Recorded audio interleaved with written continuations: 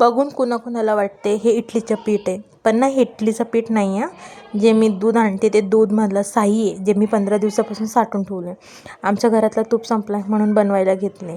सगळ्यात अगोदर आहे ना, जे मी साई साठवून ठेवली होती ते मोठ्या भांड्यामध्ये घेतली आणि त्याच्यामध्ये 4 चम्मच दही टाकून मी ठेवून दिली होती 5 ते 6 तासासाठी. म्हणजे हे संध्याकाळपर्यंत होणार होता. आणि संध्याकाळी मी चहा ठेवली आणि दुधाला दूध बिस्किट चारली, मी चहा पिली. मग काही तूप बनवायला लागली. अगोदर ना असं वाटायचं की घाई घरात बनवायचं, पसारा टाकायचा, मग खायचं. त्यापेक्षा आयतं मिळतं, आणा, खा, मस्त राहा.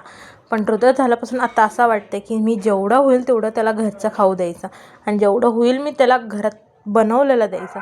का तर ना तो जास्तीत जास्त घरच्या जेवणावरती डिपेंड राहावं असं मला वाटतं. कारण आत्ता मी जर बाहेरचं सगळं दिली, मोठं झाल्यानंतर पण त्याला बाहेरचं सवय लागणार.